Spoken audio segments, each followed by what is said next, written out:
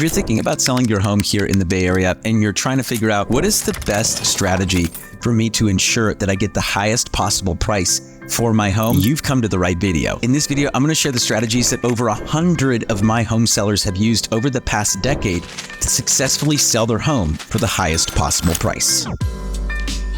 For those of you who are new to the channel, my name is Danny Gould. I'm a real estate agent, hotel investor, and CrossFit enthusiast. And over the last decade, I've sold well over $250 million worth of residential real estate here in the Bay Area and have helped over 100 sellers sell their home for the highest possible price. So needless to say, I know a thing or two about what it takes to sell your home for top dollar here in the Bay Area housing market. And to be honest with you, some of the strategies that we're going to be going over today are very unique to this area and don't necessarily work in other parts of the country, but definitely work here in the San Francisco Bay Area. But before we get into the micro and the weeds of it all, as a seller, I think it's important to take a step back and really think about things at a macro level. What are the 3 levers that we can pull as the seller to influence the final sales price of the home? Well, there's 3 things. Number 1 is marketing, right? And that includes curb appeal, right? Getting the home ready for sale, all that good stuff. That's a part of the marketing process. Then there's pricing strategy, right? And pricing strategy is very different than price, and we'll get into that in a second. And then finally is the negotiation strategy. And those are the 3 levers that we're going to be talking about today.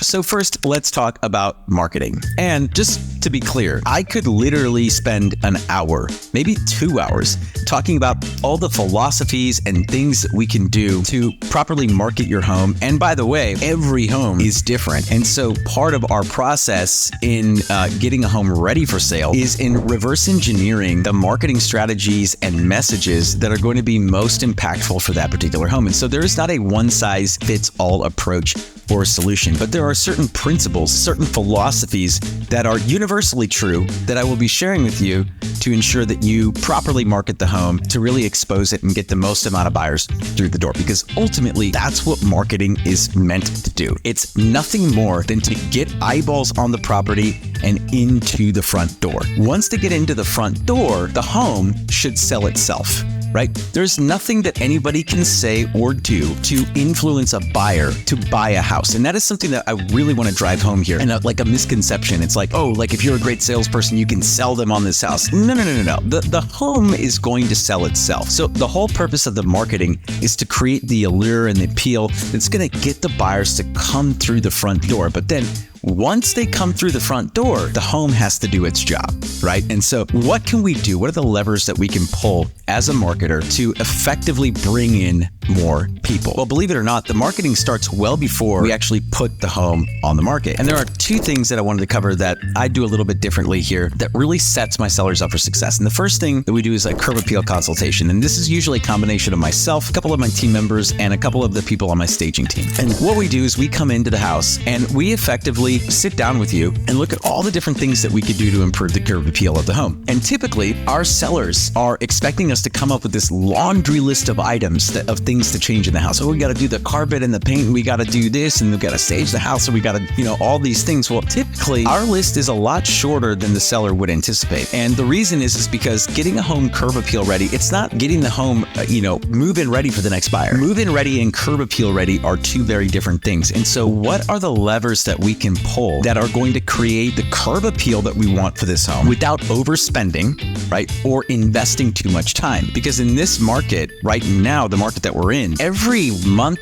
is a different month and things can change very quickly here. And I've had it happen many times before where my sellers decide, hey, Danny, I'm going to go against your advice and I want to do a half remodel on this house or like a full remodel or do all of these things to get it ready for sale that I don't personally recommend or my team doesn't personally recommend. And as a result, they delay getting their home on the market. Well, guess what? Time is money. And there's a specific instance that comes to my head of a family in Willow Glen. I was helping them prepare their home for sale. We met in February. They signed the listing paperwork with me in February. They went against my advice and they decided to do a couple of remodels to the house that I didn't recommend that they did. And in their mind, psychologically, they felt they had to do these things in order to get the home ready for sale and curb appeal ready. And I was trying to explain to them, listen, the curb appeal is there.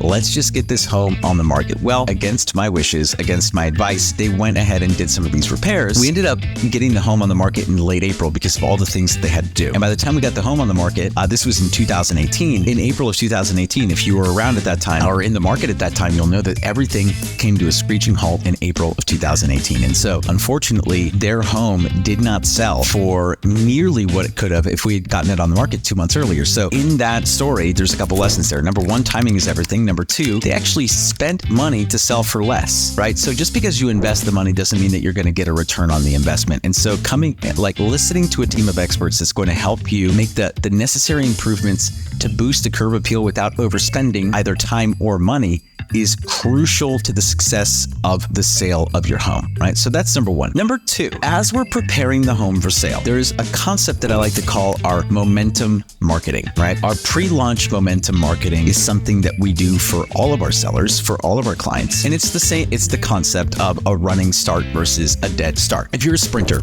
right, you might understand this philosophy or this idea, where if you're a sprinter and you're on the blocks, right, and you're starting at a dead stop versus if you've got a 100-meter running start, assuming that the sprinter is of the same caliber and capacity, which sprinter is going to finish first? Well, the sprinter with the running start will finish first because they have more momentum leading into the sprint. And so that same concept we apply to our listing marketing. And so what can you do to really drive those first 7 to 14 days, which are so crucial? Well, if we press live and that's the first time anyone knows about the house, that's a really bad strategy. It's a strategy that's going to set you up for not as much success as you could have. And so one of the things that we do often is we do what we call our high leverage broker contacts, right? So we reach out to brokers in the area that have consistently sold 2 or more properties. And so typically we come up with what we call our top 100 list. It's the top 100 agents in your local area that have proven to us that they do consistent business in that area. And we usually let them know that this home is coming up for sale a week or two in advance of the home actually coming up on the market. And a lot of times we pair this with an exclusive broker event the day that we go live. And so we generate a ton of buzz around the property. And by the time we go live, day one that we're on the market, we have 30 of the hottest brokers in your neighborhood touring the home that evening at like a catered event with, music, and it's a great time. But why do we do that? Well, we do that because a lot of those 2 weeks, right? Agents are just trained to sit on their hands and they're like, okay, well, I'm just going to wait for the home to go live. Well, if the home goes live, that means we're not getting showings for like a day or two afterwards. But if we can get 30 of the best agents of the most active agents in your neighborhood in the door within 12 hours of the home going live, that is a massive benefit to you. And so what are the high leverage contacts that we can make? The other high leverage contacts that we can make is through a couple of the agent networks that we belong to. One of the agent networks that I belong to, Top Agent Network, a part of the top 10% of the Bay Area realtors in order to be invited into that community and into that network. Well, once I'm a part of that, I can now blast this home out to every single agent who is a part of that network and let them know that it's coming soon. Again, the purpose isn't to sell your home before we go live. In fact, we typically couple this with a strategy where we don't actually show the property until after the home has gone live, because we want all the buyers, we want to build anticipation, we want to build buzz. It's not about getting buyers in the door early. It's about creating that anticipation and creating that buzz so that when we do get on the market, we have a tremendous amount of momentum heading into the first 7 days that the home is on the market. But by creating these high leverage contacts and creating a tremendous amount of buzz and anticipation for your home before we even introduce it to the open market gives us a tremendous advantage and helps us ensure that we're doing everything in our power to sell for the highest possible price and getting the most amount of buyers through the door. Because ultimately, the more buyers we get through the door, the more competition we create, and competition drives price. Now, like I said before, I could literally talk about marketing for hours, and every single home is a different situation, and there are different marketing strategies and levers that we deploy given the situation that we're in. And so if you're interested in a custom marketing strategy for your particular property, you can text the word marketing plus your property address to the number down below, and we will reach out to you and schedule a time to discuss a customized approach to getting your home sold for the highest possible price. Now, let's move on to the second topic, or the second lever that we can pull as a seller, and that is pricing. As a seller, it's important to understand that pricing is an invitation, and every home, every market, every micro community has different pricing strategies that are going to work. A classic example, just yesterday, I met with a home seller who's going to be selling their home with me in the Berryessa neighborhood here in San Jose, and it was quite evident after reviewing the data and the comparables that underpricing the home was the strategy that worked the best in that market. Now, Couple that with another appointment that I just went on with another seller who was selling their home in Danville. Well, in that community, underpricing the home was actually like shooting yourself in the foot. It was completely the wrong strategy. And the homes that sold for the highest price per square foot were the ones that actually sold or listed their home just a little bit above the market value of the home. And so every home, every community is different. And so we want to adjust the pricing strategy to the realities of the area that you're living in. But there are a couple of principles here to live by. Number one, we want to price the home where we honor the home, but we also don't disinvite any of the buyers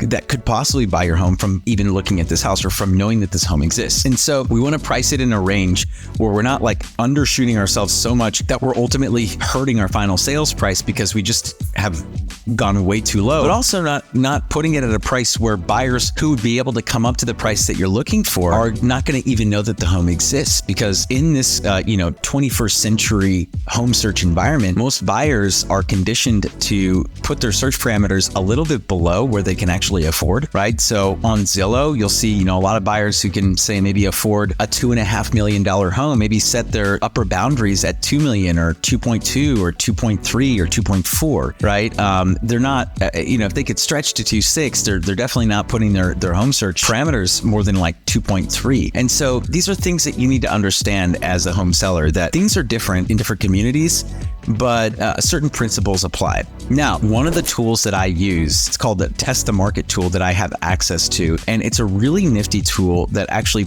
pulls from a large database of buyers. And these buyers have been uploaded by, or working with buyers, or working with agents right now, I should say, in the Bay Area. And so we have basically this large network, this large pool of buyers that we have access to. We have access into their insights and their browsing history. And what we can do is actually do a reverse search. So let's say every time that I meet with a seller, I'm going to be inputting their address into this tool. Okay. And I'm also going to be inputting like the number of bedrooms, bathrooms, everything. And then also the proposed list price for that home. And then this tool actually shows us, hey, right now in the databases that we can pull from, there are 500 buyers that would be interested in the home at this price. Then we can see what happens if we lower it by 100,000 or 200,000.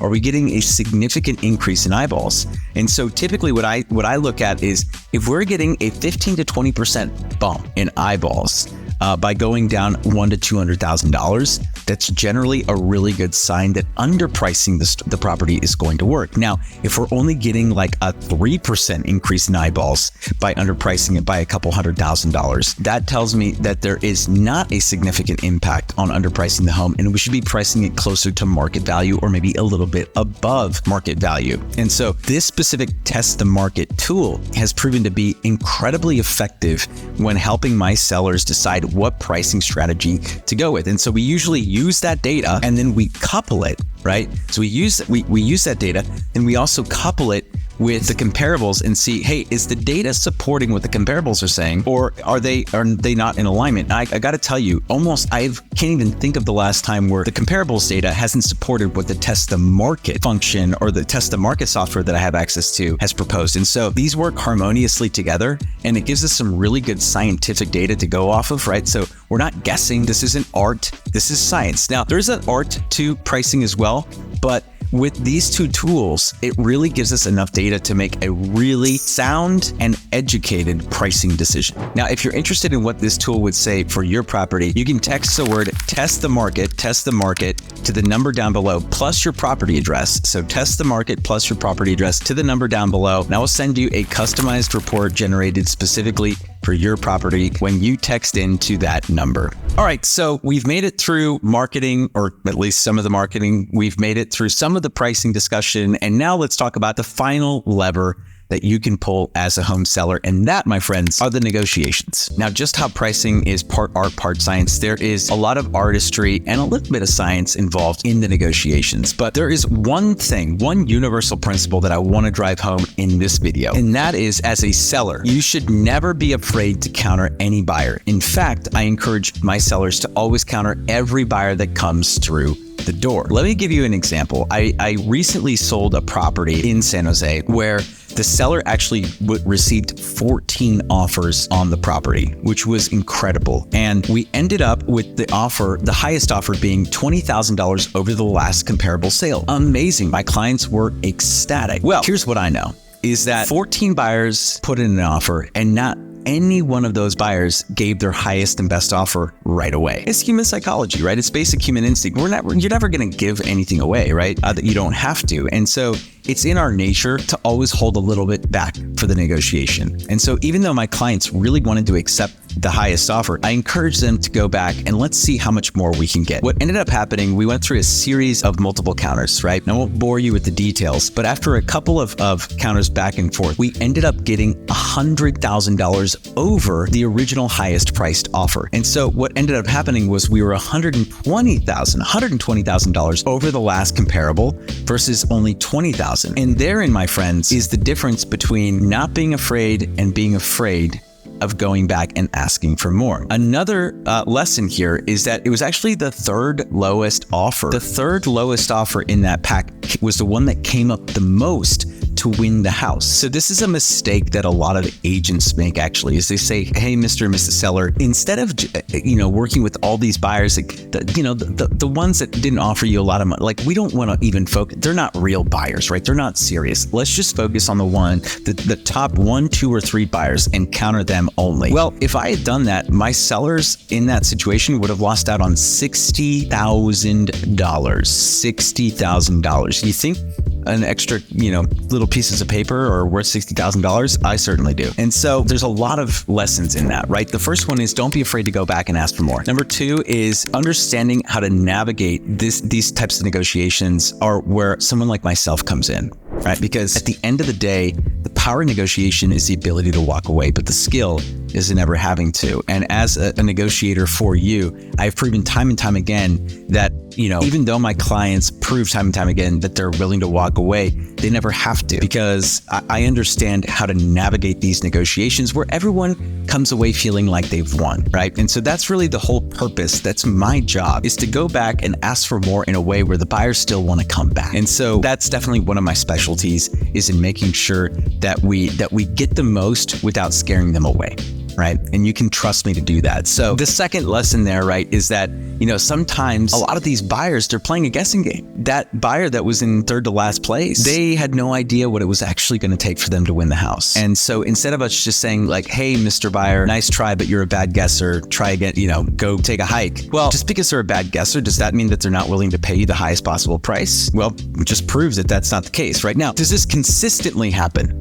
Right? Where the third lowest offer, the lowest offer comes up the most to win the house. No, it doesn't consistently happen, right? But it happens enough for me to know better, right? And it happens enough for me to understand that there are some buyers out there that will only pay what they need to pay if you give them an opportunity to. And so as a seller, you need to understand how to create those kinds of opportunities through the negotiation process. And so, my friends, that is exactly how you execute a successful negotiation. And if you've made it this far in the video and you're curious as to how I could help you negotiate the highest possible price for your home, you can text the word consult plus your property address to the number down below, and I will reach out to you. We schedule a time for me to come by, take a look at your property, and show you how to negotiate the highest possible price for your home. And if you've made it this far in the video and you are not yet subscribed yet, what are you waiting for? Click the subscribe button, hit the notification bell, and click the like button. It costs you nothing, and it helps me get in front of more Bay Area home buyers and sellers just like you.